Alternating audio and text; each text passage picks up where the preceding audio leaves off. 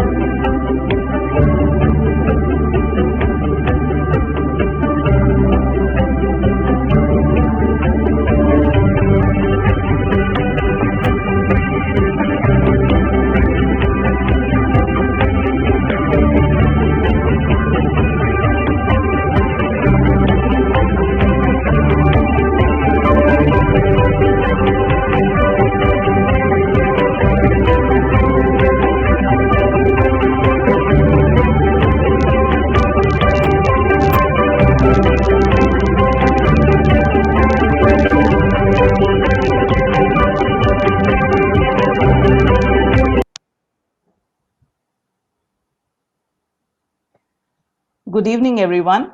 Welcome to AVP Systems and Research. I am Nidhi, Senior Associate and your host for the talk. After a successful 8 months of running Imaginal Talk series on learning and skills development, we are back with the ninth episode. This is a discourse that requires all of us to be involved and engaged in. It has the power to shape ourselves and those around us and our collective future. Before we begin today's session, I would like to inform that we have posted a link in the chat box and we would like to hear your feedback at the end of the session. To initiate our conversation, we have two distinguished personalities, Dr. Mona N. Shah, founder and director, Vayati Systems and Research, and author of Millennials Poised to Lead, a bestseller book on Amazon, in conversation with Mr. Ramakrishnan Kaza, Senior Associate Vice President, Portfolio Oversight, CIM Group, Los Angeles, USA. I'm sure this evening will not be an interesting one, but also packed with many takeaways. Without further delay, let's proceed to hear today's guest on Imaginal Talk. Over to you, ma'am. Thank you. Thank you, Nidhi. A hearty welcome to all those who have joined our ninth live episode of the Imaginal series of 2021. Let me introduce you to the idea behind the series, a quick, brief one about that. It is actually conceived to offer very personal perspectives about the role learning has played in the lives of our guests. As an academic, I see firsthand the whole idea of learning is undergoing a radical change. There is so much that is thought, spoken, written, experienced, questioned, and planned in policies that it has left the whole world in a conundrum about its relevance or even its utility. This talk series is dedicated to deconstructing and understanding this very change that is taking place. Many ask me about why we've named the talk Imaginal. What is Imaginal? So, imaginal is the last stage after which the caterpillar transforms into a butterfly. We also know it as the pupa stage. The entire metamorphosis of the butterfly is an almost magical process which is rarely found elsewhere in the world of living species. For one, the different forms of the metamorphosis are distinct from one another, so distinct that while in a particular stage it would be difficult to imagine how the next form would appear for those who see it from the outside. And do you know, this stage wise development is completely lost on the butterfly too. It does not remember how it looked when it was a caterpillar, and neither does the caterpillar know how it would look in the future when it actually becomes a butterfly. So I think it is very miraculous. In all my 3 decades and more as a professor and a strong proponent of all things educational, I frequently came across the lines being repeated from learners, such as, "We never really learn anything while in school. It's only when we experience the hard knock of reality that we actually learn."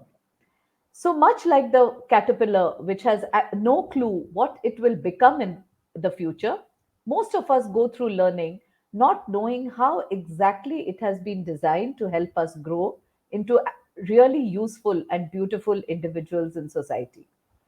Interestingly, though, this view on learning held by multitudes has always been in contradiction to another reality, the reality that the desire to enroll in colleges and acquire degrees is equally appealing. In some cultures, the parents are ready to sacrifice their present for the future of their wards.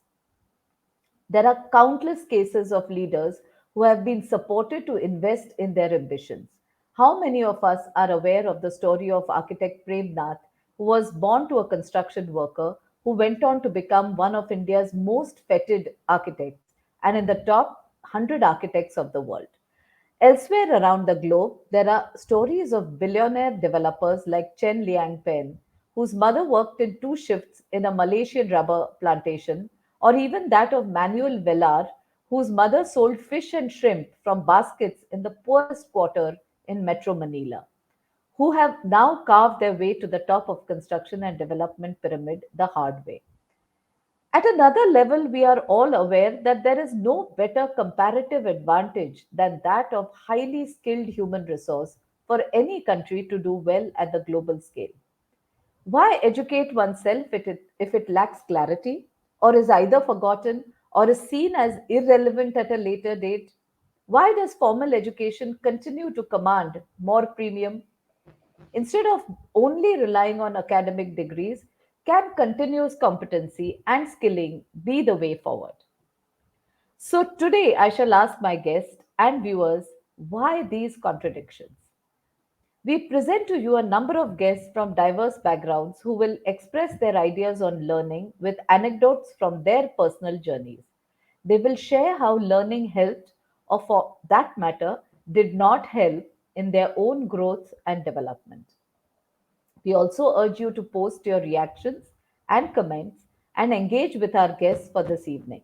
Mr. Ramakrishna Kaza, Associate Vice President, Portfolio Oversight, CIM Group, Los Angeles, USA. Thank you for being our distinguished guest tonight. Thank you, ma'am. And thank you, Nidhi. It's great to be on, and it's always a pleasure to connect. And on a personal note, I hope you have a great anniversary celebration this. Well, we have no doubt, Rama. Just a little bit. I don't know whether it's me, but there's a bit of a sound issue at your end. If you could just fix that while I introduce you. So let me start by telling you about where Rama works. Rama works with the CIM Group, which is headquartered in Los Angeles and is a vertically integrated investment management firm with over $28 billion in assets under management across real estate, infrastructure, and credit. As one looking after the function of portfolio oversight, Rama covers the commercial real estate debt and opportunity strategies of the firm. He is responsible for developing these strategies end to end and spends most of his time in product development, portfolio construction management, strategic initiatives and partnerships, and serving as a product specialist to support any capital raising efforts of the firm. Phew, that's a lot. Rama has over 13 years of professional experience in real estate, investments, and portfolio management across markets in the United States and India. Prior to CIM, Rama was an assistant general manager at HDFC, India's leading mortgage lending institution, and was responsible for the growth and performance of the firm's commercial real estate debt business for a region in southern India. He holds a master's in real estate development from the highly prestigious Massachusetts Institute of Technology. Before that, he completed the postgraduate diploma in advanced construction management from NICMAR. And before that, he's a graduate, that is a BTech in civil engineering from the Jawaharlal Nehru Technological University, JNTU, India. I'd like to share with the audience a few of Rama's qualities that perhaps only I could see over the 15 years that I know him as a student and also my thesis student. So I got to know him closer, uh, uh, and I could understand how he was shaping up as a research potential. So what I saw with Rama is he is consistent. He shows up every time he's needed. He has an easy view towards life in general that keeps him smiling and pleasant. I think it's a valuable outlook to possess. A fact that the self effacing Rama will never admit is that he is a talented musician who once played the keyboards with a high degree of proficiency. He is also a reasonable good and a good vocalist. I know for sure that he loves the classical music equally as he does the jazz and rock. So that's about Rama. And I start with my first question to you, Rama. Let me begin by asking you two questions within this one question. Could you describe a key learning from your childhood, school days that has stayed with you? And also one from an informal situation with elders, teachers, or relatives who may have instilled something unique within you. Um, on your first question on what my key learning from school days was, um, I would think it's almost a blur right now. What school rate was? It's a long time back, but I think the most prominent learning for me, the most prominent part of my school life was that there was a lot of moving around. So my father had a transferable job. So I did schooling in 3 or 4 different cities, each with a different language, different culture, different, you know, way of life. Right. So I think the biggest learning there for me during school was actually outside school, and you know goes into the school as well. But the whole idea was to adapt, learn, observe, uh, and as quickly as possible find your feet in a new environment. I think that really helps me even today. Right. On your second question, which is about what's the key learning from somebody else within the family or elders. I would say I've learned a lot from a lot of family, a lot of teachers, a lot of elders. Uh, I mean, I wouldn't call out anything particular, but if I were to call out something really important for me, uh, that would be my love for music.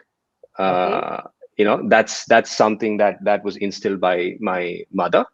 She's Okay. a musician, uh, and I think it sort of gives me uh, an inroad into appreciation of arts, which I think is very important in anybody's life. So true. Yes. I would really be I would drive myself crazy if I did not have music in I my share life. the same sentiment, Yeah, Rama. As yeah, you know, yeah, yes, music takes you into realms that you could never have imagined. It, simultaneously relaxes you as well as it's yeah, something where we can explore the best. Yes, I agree. yeah. Thank you for that. And now, my next question. Hmm. I know you to be a person who questions status quo. I mean, I remember those long discourses, and they continue, I think, on and off to this day. So, therefore, Right. I'd like to dig very deep within. I would Hmm. like you to do that. and actually tell us to what extent your Mhm. higher education in construction management, followed by your real estate economics, finance, and econometric modeling that you learned in MIT, is actually being used in what you are doing in your professional life. Well, that's always been a debate, right? Like what you learn is not what you actually do, but I sort of it's a little nuanced. It's a little more than that. It's not black and white. Right. Uh, I would say uh, construction management or civil engineering. Those are really I don't really do that actively. So I call Right. that as a passive, Right. pot of Learning. knowledge, right? So that keeps me. It's defensive knowledge. It's not that I'm using that knowledge on a day-to-day basis, but people cannot, like, they cannot screw around with me with as it relates to that sort of knowledge. Like, I'm still in real That's right. estate, so I need That's to know right. how buildings are constructed, how uh, it's a part of my job. So the technical part, people cannot sort of fool me, so I would call that passive knowledge. And then Right. actively, what I've learned in probably over my career, through working in HDFC or over here at CIM or at MIT, that I use it actively. Okay. I see. That's But so I it's would say experience. I would say most of it is. I'm sorry. I would say most of it is organic. You were saying. Okay. Okay. So I think it was because it was experiential. Yeah. Whether so your HDFC stint followed by MIT, which is again Yeah. focused on experiential learning. Hmm. Okay, that's interesting. That's very interesting. We've never had Yeah. anybody on the show up till now saying something like this, where Yeah. a degree could help you to actually use what you have learned out there in the space that you are now. Okay, Yeah. thank I you. mean, it's skills, right? What you get but it doesn't end there. You have to match That's it with the right kind of experiences. Yeah. That's right. Yes. Thank you. The next question is did you add any specific skills in your career Hmm. going beyond your master's, of course? And the Hmm. corollary to that is did you acquire any new skills through training or simply organically when you were working? So this means your HDFC as well as your current stint. How's been that experience? I would say most of what I've learned is organic. Um, Okay.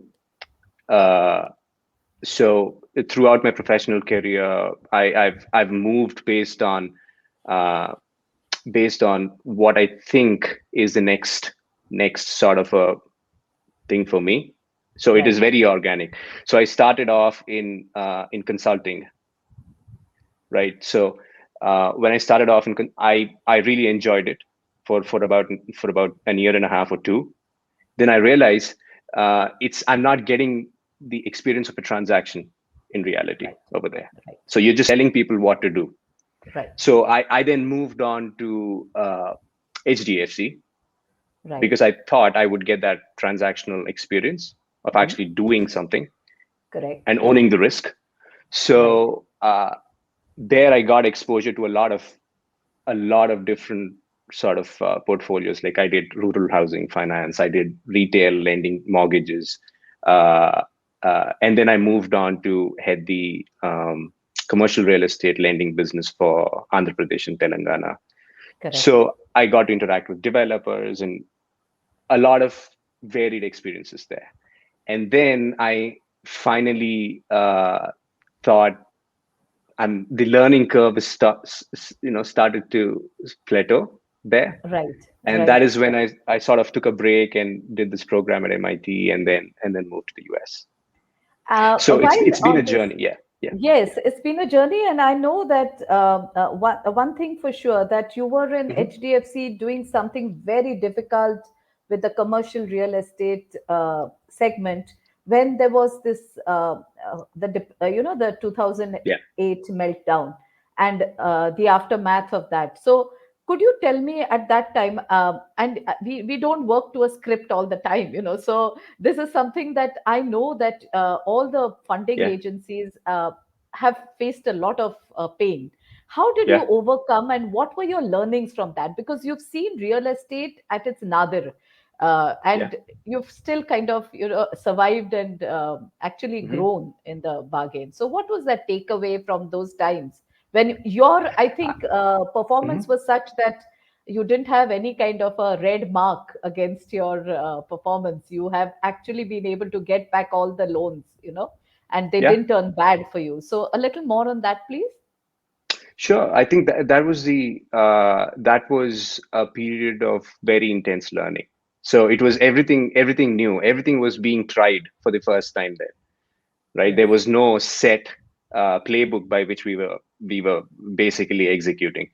Yes. And it's not just the 2009 sort of 2008 2009. It was even after that, because if you remember, there was a split within the state, Andhra Pradesh and Telangana, Yes. and because of which Hyderabad was really badly True. impacted. um, so the real challenge was actually working with developers, who because everybody knew the next 2 to 3 years was going to be really bad. So either we could pull the plug, right? We True. could just say we'll just barge into their offices and say, we'll take over your properties, or we could work with them in finding solutions to each and every case and sort of restructure every loan. Uh, I mean, that took a lot of work.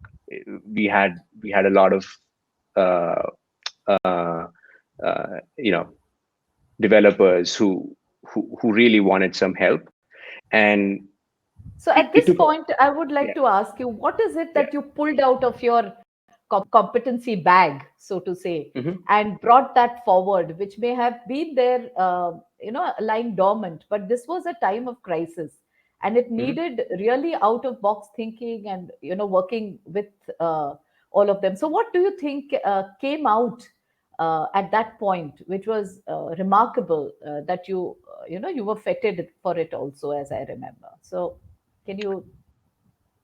I would think it was my ability to work with people. That's the most important thing. Okay. uh, Listen to people and judge whether uh, what they are saying actually makes sense, right? Because you're basically representing the case to the management, saying, That's right. this is the paths that you need to take. Right. You should not be taking over the properties, but you should be working with this guy, Right. right? So I think there was an element of there was a little bit of leap of faith. There was a risk to be taken. There was working with them closely, right? To Right. really be able to understand whether the problem is real or not. Right. So Mm. it's basically being open and not sticking to not being defensive. I think that's Mm. that's that's another thing. Wow. That's so not that's so not a typical fund manager kind of input, no, because fund managers are supposed to be the most cautious and the most uh, what to say, those who think through things and risk averse to a large extent and stuff like that. So okay, I'm filing away this one for myself. I hope the Yeah, I mean, audience there's is always a taking. risk reward, right? Like Yes. there's always Yes. a risk reward. I think the whole balance is managing those two. Right. Yes. So that was great, Rama. Now the next one Hmm. is, could you cite with examples some key skills? I mean, very briefly, of course. I don't expect you Hmm. to give out the whole strategy, but Hmm. some key skills needed in strategy and handling commercial property assets. So going forward, which are those key competencies which will define individual or team success? uh, because you Okay. don't do everything. I mean, I'm assuming you don't go it alone, you don't hunt alone, you're supposed to be working in a team when it comes to commercial real estate. So what are those skills that are needed?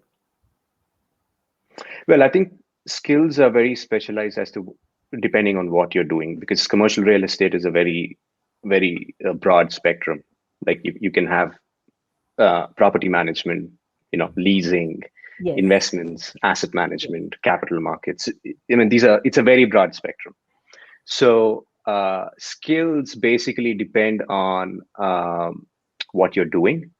Uh, but I would say um, you need fundamentally a good, solid fundamental knowledge on how markets work. Uh, Okay. Mm. right. So both private markets and public markets. Okay. You need to know how the interplay is between these markets. Okay. Yes. Uh, uh, you need to know your customer, who you're serving very well, right? The For customer's example, when business. Yeah. yes, if the customer for lease for if you're in the leasing team would be the tenant or the landlord. Right. If you're in the investments team, you're acting as a fiduciary to the investors, Right. right? So That's right. so things are very different. You need to know who your customer is, and you need to spend time in playing that fiduciary role. That's right. Yes. Yes.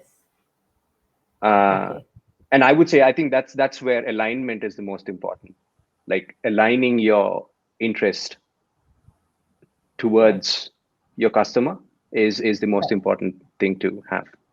So, do you do a lot of study before you begin servicing that customer? So, you do your own research about what that business the customer is in, and then begin the transactions and servicing that customer. Do you do it like that? Well, yeah, I mean, my role as a portfolio oversight is largely dealing with investors, Hmm. large institutional investors, sovereigns, and Right. uh, so it is largely a fiduciary responsibility of navigating the strategy Hmm. in alignment to what was Okay. was either envisaged when we kicked it off, and we are getting to the kind of returns and the kind of risk Right. that was Yes. that was required by these investors. And you always play that role of bringing everything together, uh, uh, uh, so that this happens. The strategy is executed in line with their interests. Right. And now, particularly, commercial real estate is like a subset of the capital assets market. So, what are those skills that we need to have, those generic skills, if we have to operate in a capital market, which includes real estate and infrastructure? I would say the most important skill would again be understanding the larger picture. It's Okay. Yes. you know you need to understand where you are. Like capital markets are huge. You need to know, uh, especially like the private side and the public side, how they interact, Right. Yes. right? And how the larger economy plays into your asset class, That's right. Mm. right? Yes. Like a hotel Yes. property True. might be dependent on travel, right? True. Yes. Residential might be dependent on income levels True. and employment rates. Employment. Uh, Absolutely. Industrial is dependent on larger structural trends. Yes. So you need to know what's driving your particular asset class. You need to know Right. how that is leading up to a larger market level.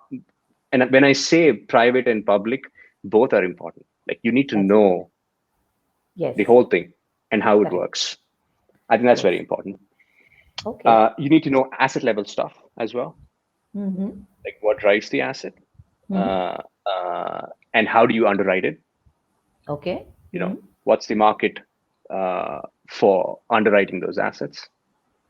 Okay. uh, So that means you need to know a little more about how the insurance companies would view it, or perhaps, sure. okay. So not just how the pension funds would want to invest, for instance, in Yeah. your asset, But on the other hand, how the insurance companies would even view the risk and underwrite that Of risk. course. Okay, okay. So that's a lot. Yeah. That's a lot of thinking that one needs doing.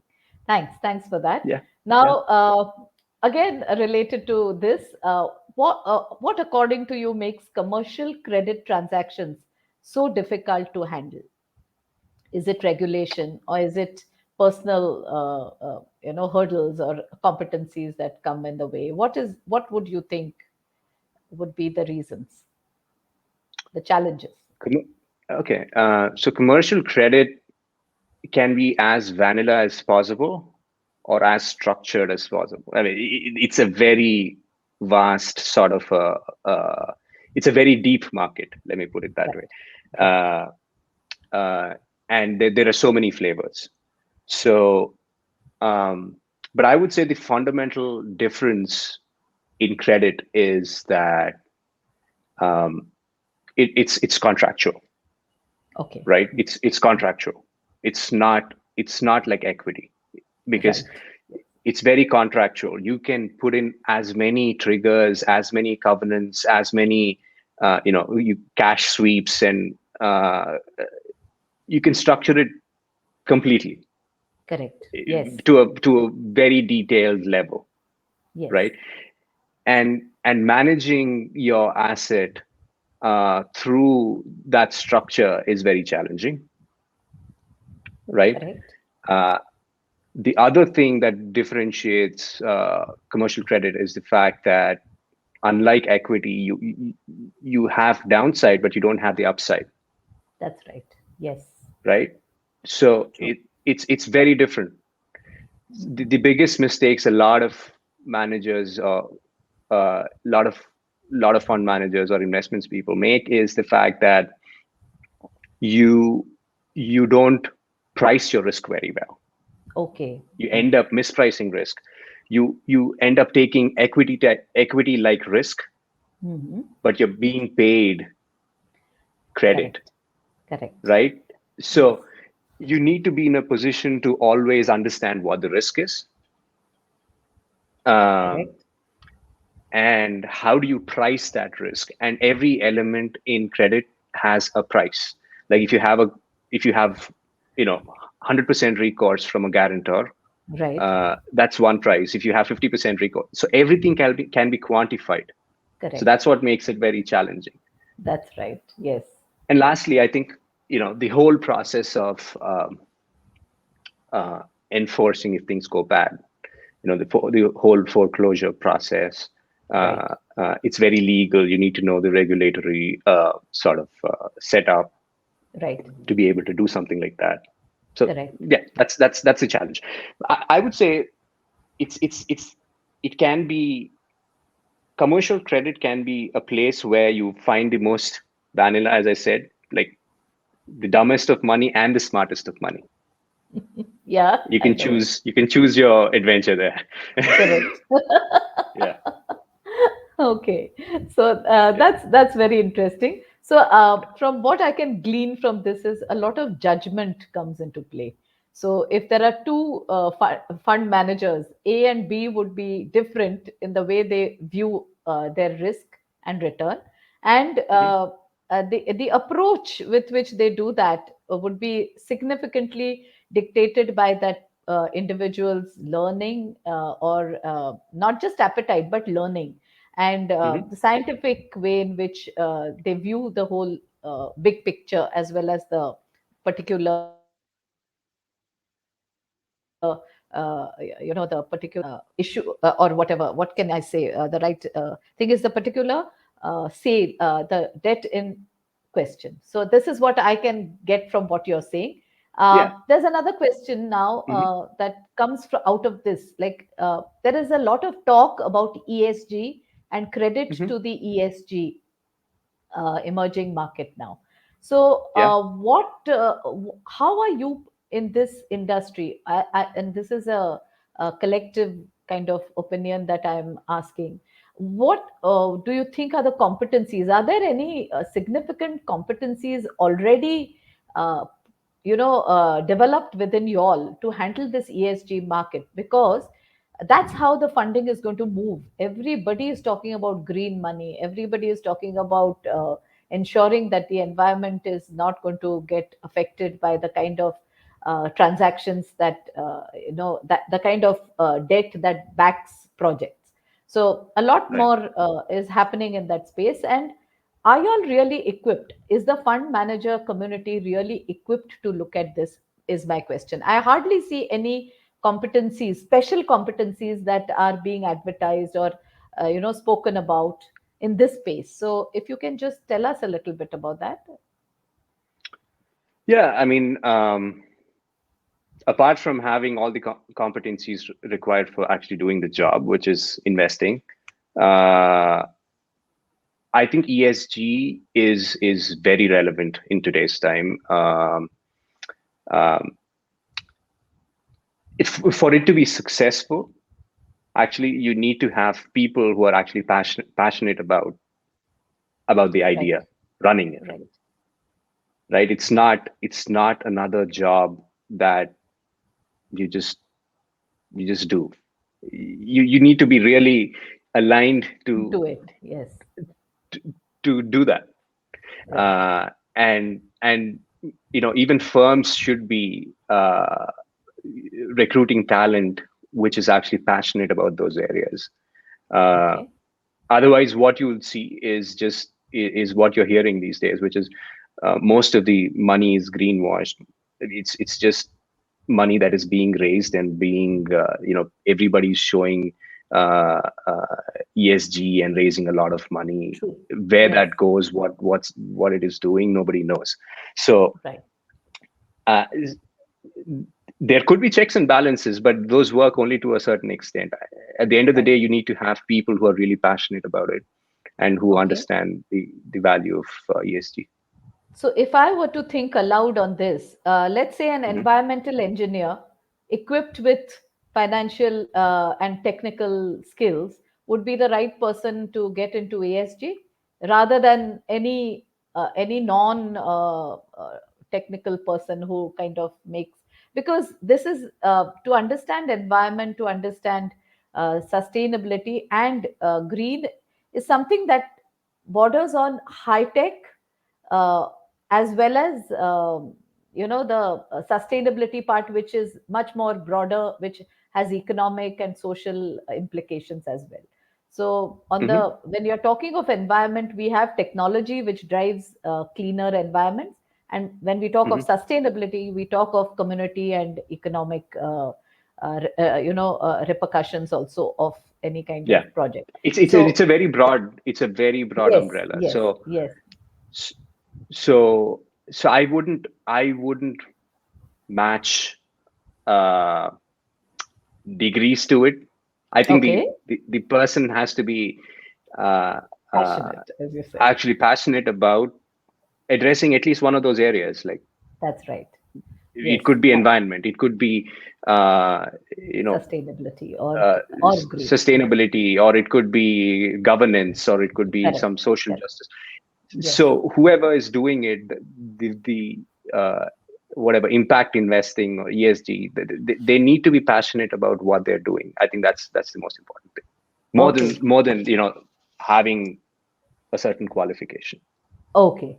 Right. And as you said, the basics of investing have to be there with the Well, that's a in the given. Yeah, arsenal. Yes, that's right. yeah. Now we go to the larger problems. As I said, this earlier question was a precursor to things that we as a human being. I mean, all of us in it together. We face so many problems at this point in time, which are related to youth skill development or digitalization or fair access to development or even stakeholder requirements. And I would like you to tell me specifically in terms of this whole thing that is building up nowadays, which says that fund managers and analysts will be obsolete in a few years time because AI will take over. So the digitalization scare that so many of our jobs would be redundant, and what kind of competencies we need to actually develop if for this not to happen.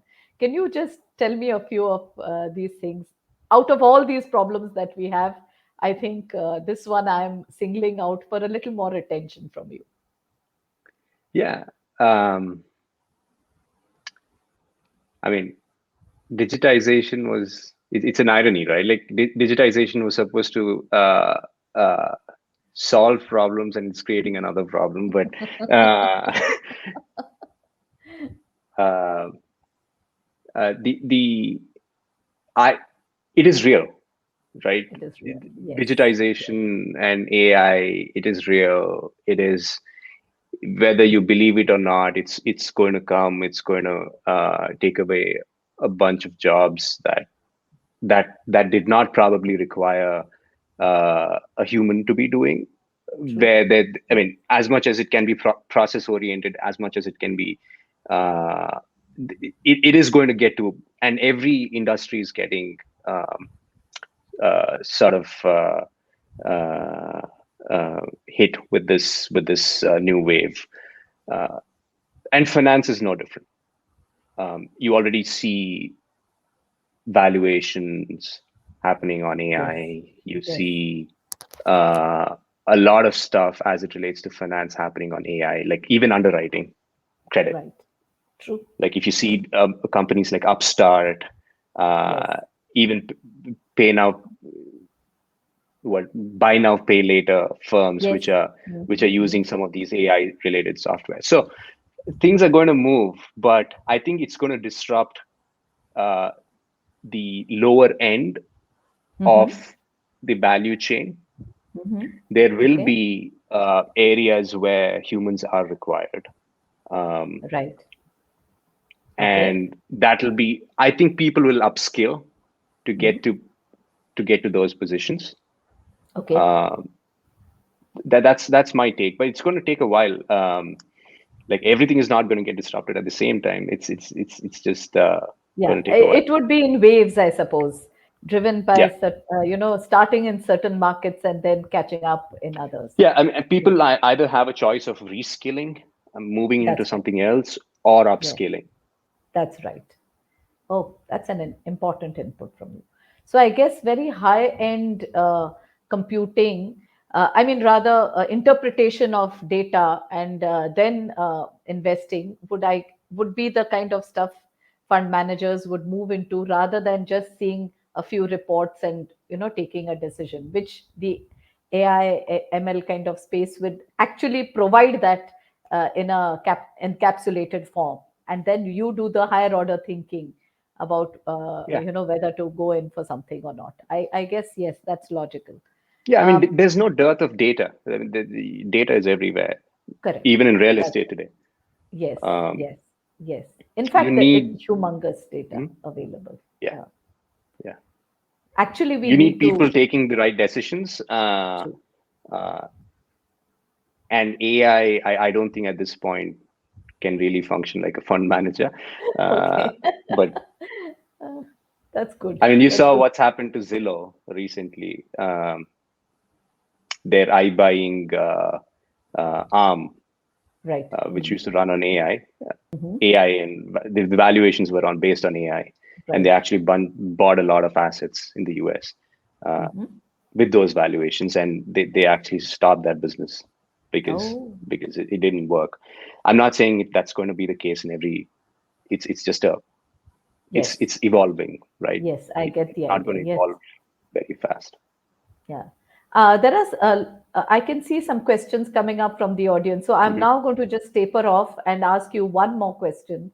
Hmm. And that would be, of course, you are a millennial yourself, Rama. And so I would like to know Hmm. what are the key attitudes and skills that would enable millennials and Gen Z. You may be now having a team which might be comprising of youngsters also, to actually overcome the immense stress that comes from working in the financial services field. And Hmm. uh, also with that, the ethical questions, because every generation questions itself on its ethics. So how would you talk about, one, as I said, the skills that are required by the two generations I mentioned, And what about the ethical quotient that these generations have or need to develop? So, with that, from my end, I will wait for your answers and then we'll see how it is. So, quickly, your take on that, Rama. Well, skills. I think both the millennial and Gen Z are very highly skilled. Uh, I think it comes very naturally to these generations. They're born into a uh, very demanding sort of True. world. So uh, I, I don't think there's much that I can really add to that skills side of things, because I think it's a very broad question, and people generally are in these two generations are skillful, very skillful. Uh, on the ethics side of things, I would say, as it relates to finance, that's the cornerstone. It's the basic foundation, because uh, if you were to if you are interested in building a career in finance, or private equity, or any of these finance related financial services, ethics and integrity are the most important um, you know uh, foundational True. sort of True. True. attributes that you need to have, and So and can that's you the can you that's make the Mhm. an unequivocal statement on ethics, or would you say it is recommended, it is important to have, or would you make an unequivocal statement about ethics? No, it is unequivocal, because it's a given. Everything in finance runs on trust, True. and so you have to be the biggest thing that you can bring to the table with any investor is your integrity, Right. nothing else. So your alignment and your integrity, Okay. because a lot of people have skills.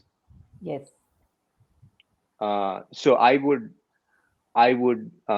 rate that as the most important attribute. That's uh, it. Interesting. Alignment yeah, and ethics. Yeah, that's great. I think, Rama, thank you for your candid responses. From this yeah, talk, thank I you. can summarize Yeah. that a few of the skills that have enabled your personal and professional growth have been one, your ability to adapt, because your childhood has been spent in different places, so you were able to adapt to the environment. You love music, so that keeps you Mhm. going. It's a very creative kind of a pursuit, and you swear by it.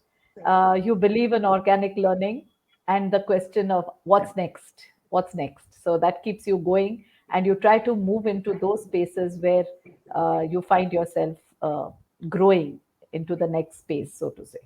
Then, of course, during the 2008 meltdown, the kind of stuff you learned from that crisis was the ability to work with people and Mhm. not judge them very quickly, to kind of listen to them and take a call with the risk that was involved with them, as well as the kind of people who were working in that space.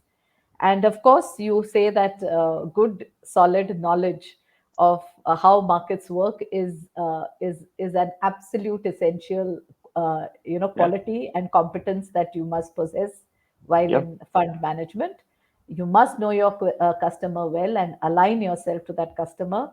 And regarding commercial credit, you say it is very contractual. So knowing that person, that whole space, that particular transaction, that particular deal, so they say, is Mhm. absolutely essential. So the inside out of that. And then I had asked you about the ESG competencies going forward, because so much money is now pursuing that space. So you said that they have not been adequately mapped, and you need people to really be well versed with what that space entails before funding takes place. And of course, your message to the millennials and Gen Z is basically that ethics is the foundation, and that is an unequivocal requirement when it comes to fund management. So thank you so much. And I won't now take any more time. Over to you, Nidhi, and take it from here. Thank you, Rama. Yeah, of course. Thank you. Thank you, ma'am. Thank you, Rama. It was indeed a very interesting and wonderful session. Yes, we have received a lot of questions, and I would like to pick a few considering the time we have in hand right now. I would also like to thank the audience for their motivating compliments. That certainly pushes us to keep us going. We'll take the questions now. So, the first question that we have received from is from Abhishek Apala. He says, how was your transition from HDFC to MIT to CIM, from an Indian to US market, your point of view? It is a it is a big transition uh, because the markets are very different. Um, I would say the US markets are much more efficient. They're deeper, very deep. The transaction volumes are huge. Uh, the parties that you deal with are very sophisticated. Uh, so it's a very evolved market, the US. India is getting there. Like there's a lot of institutionalization that's happening in India, but it'll take time in the sense that the supply of assets, good quality assets, which institutions invest in, there's only so much supply. It's building up.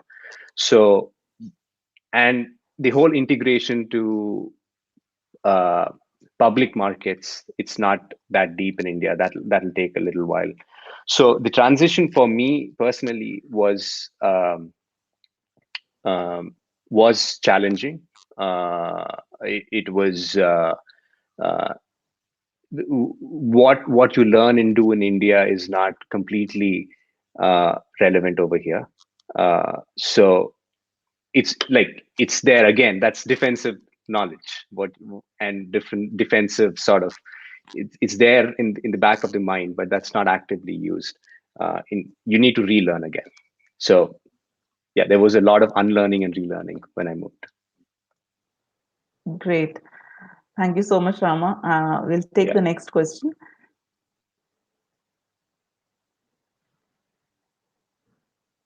Okay, I will just read it out. Hi, Mr. Rama. When something goes wrong on the part of the fund manager due to a lapse of oversight while investing on behalf of clients, how should the fund manager make good the losses to the client? Also, please let us know which personal competencies are important in such situations apart from the codes of conduct. Uh, the first question, I, I don't know how to answer that because it depends from situation to. I don't know what oversight is. You know, uh, if it's gross negligence, that's different. That's a different uh, measure. If it's an investment decision going wrong, that's different, right? So if based on what that is, things change. So I don't know what the intent of the first question was, uh, but I think just going by what was put over there, I don't think I can fully answer the first question, because it varies based on whether it is gross negligence, whether there's some material sabotage that the manager has done. There have been instances, uh, but I would think people coming into a fund generally are taking equity risk, right? So uh, to that extent, there will be ups and downs in the valuation based on the market, based on investment decisions, which are an ordinary course of business. So um, to that extent, I think you should be in a position to digest that. Uh, I don't remember the second question I on can that. read it out for On you. that thread, yeah. Yeah, he is asking which personal competencies are important in such situations? So this is connected to the first part of his question. Apart from the code of conduct. But you need to be passionate about investing. Um, I think you need to be passionate about generally understanding the whole financial system, how things work, uh, and real estate or whichever asset class that you choose. Like it could be real estate, or it could be infrastructure, it could be something else, public bonds. So you need to be passionate. I think that's the most important thing. Okay, thank you so much. One more Yeah. question that I would like to take. Abhishek again, he is asking, what is your advice for people who are currently working with the IPCs and are eyeing to work with capital markets, PE funds and PE companies, fund managing companies? What is your advice for those people?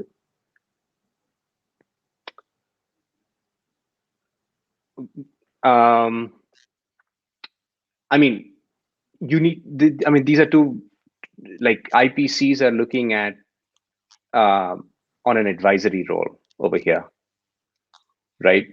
And if the idea is to move into a transactional role, or you could either move into an investment banking sort of a role, which is a sell side role, where you basically do the transaction and you're done there, right? Or you can move into a private equity sort of a role, which is a buy side role, and you are doing the transaction, but you're also managing the asset over the whole period.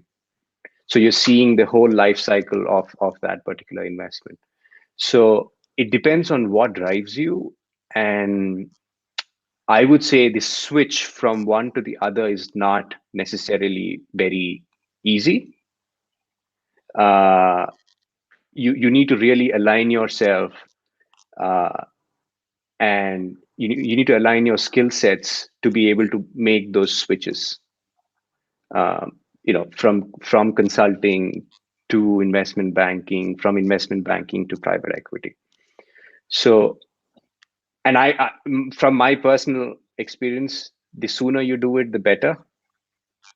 Uh, and just because, I mean, just because they have very structured uh, hiring, structured, uh, career progress and stuff like that in some of these institutional uh, managers. So you don't want to be stuck on the wrong footing in any of those roles. That's important. True, true, very true. Thank you so much, Rama. Thanks a lot Yeah. for being with us today. Before we close the session, please click on the link shared in the chat box to enable us to make Imaginal Talk episodes even more relevant to you.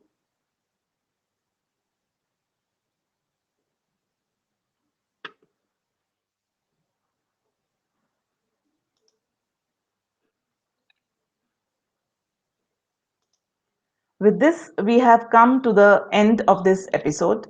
All those viewers who would like to have a certificate of attendance may please leave your email addresses in the chat box. For all those who have missed the session today, the talk will be available on VSAR Imaginal Talk series on Learning and Skills Development YouTube next week.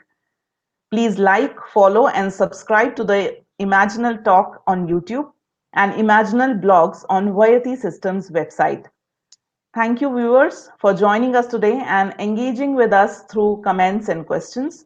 Signing out, looking forward to having you once again in the next episode with yet another distinguished guest. Bye for now and stay with Imaginal. Thank you so And much. before we end, Nidhi, a special thank you, Rama. It was around 4 a.m. at your in your part of of the world, and we truly appreciate your being No, it's there my and pleasure. showing up. Yes, thank you so much. Thank you so Bye. much. Yeah. Thank you so much.